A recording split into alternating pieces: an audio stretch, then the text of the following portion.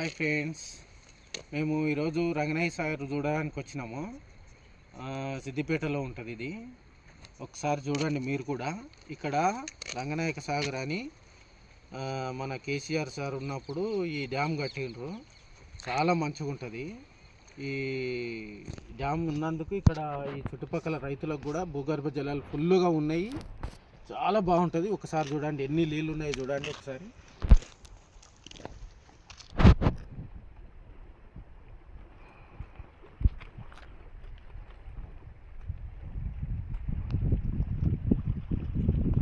అలా తాకిడి చూడండి, ఎంత మంచి సౌండ్ వస్తుంది, టప్ప టప్ప.